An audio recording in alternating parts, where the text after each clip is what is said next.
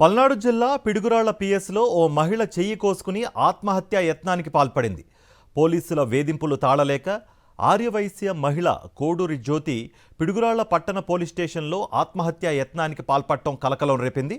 తనను పోలీసులు తరచూ స్టేషన్కు పిలిచి బెదిరింపులకు పాల్పడుతున్నారని, పరువు పోయాక ప్రాణం ఎందుకు అని చెప్పి చాకుతో చెయ్యి నరాలు కోసుకుని ఆత్మహత్యా యత్నం చేసింది.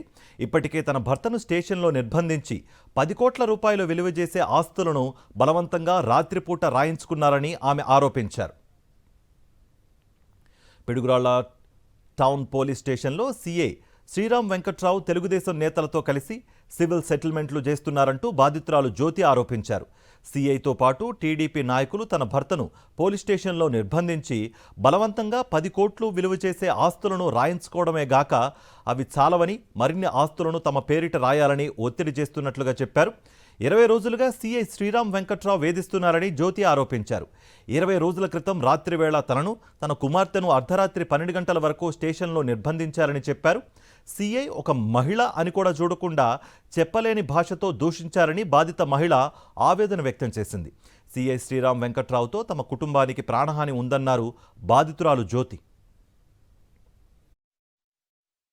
ఇంకా కావాలి, మీ ఆస్తులు ఏం సరిపోవట్లేదు, ఇంకా తీసుకురండి, ఇంకా కావాలి అంటున్నారు.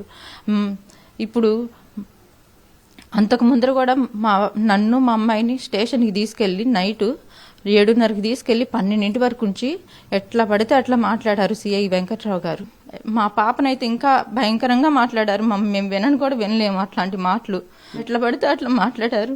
ఇంకా అట్లా మా బంధువులు వచ్చి బతికిలాడితే 12 మమ్మల్ని ఇంటికి పంపించారు. ఇంకప్పుడు తర్వాత వచ్చేసి మళ్ళీ మా వారిని ఈ ఆస్తులు ఏం సరిపోవట్లేదు అని చెప్పి మళ్ళీ తీసుకురావాలి, ఏం సరిపోవట్లేదు అని చెప్పి మళ్ళీ మా వారిని 5 రోజులు స్టేషన్లో ఉంచారు.